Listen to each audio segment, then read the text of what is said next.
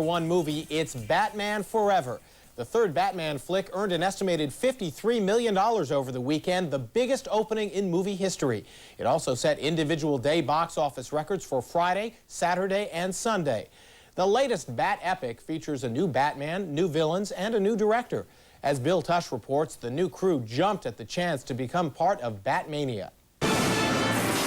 Anyone who knows the character knows Batman is a man of few words. Who's your tailor? In this case, the actor who plays him is too. When Val Kilmer was offered the role, all he asked was, "Who's the director and who's in the cast?" Well, that's what we're about to tell you now. Behind the camera, director Joel Schumacher.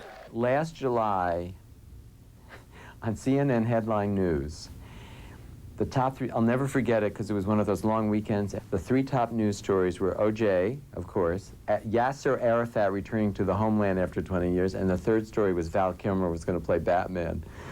Yeah, and I knew we'd made it. Let's meet our contestants. Unless you've been spending time in the Batcave, it's no surprise Elastic Face Jim Carrey is the Riddler. I'll just do a few takes the way we planned, and then, you know, Jim, do whatever you want, you know, and give me my own take to have fun.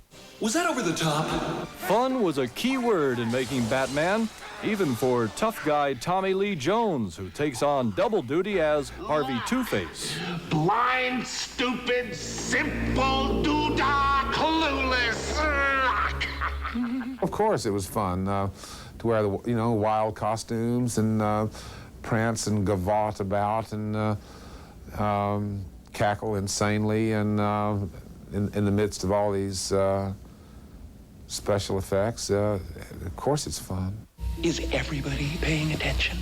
Two villains and only one Batman could spell trouble in Gotham City. But to his side comes boy wonder Robin.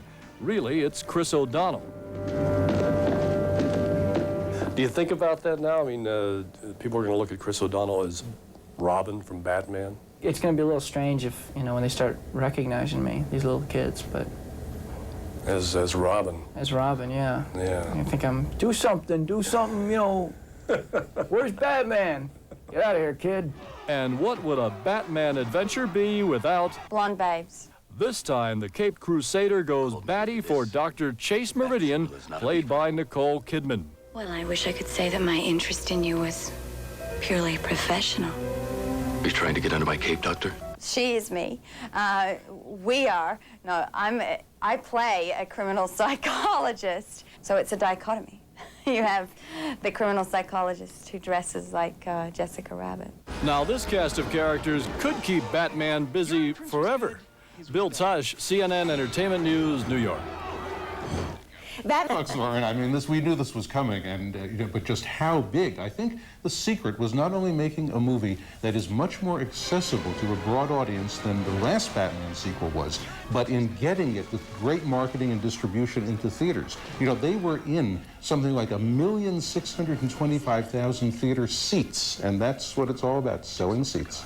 Let's talk about selling seats to Pocahontas. With a sign in the sky or a ring from his agent, Val Kilmer didn't hesitate when he got the Bat call. And starring as the new Caped Crusader has put him on top of the box office heap in Batman Forever. Dennis Michael talked with the actor about stepping into Batman's boots.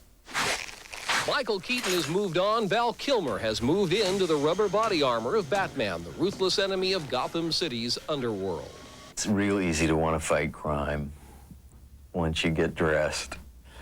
A very odd sensation.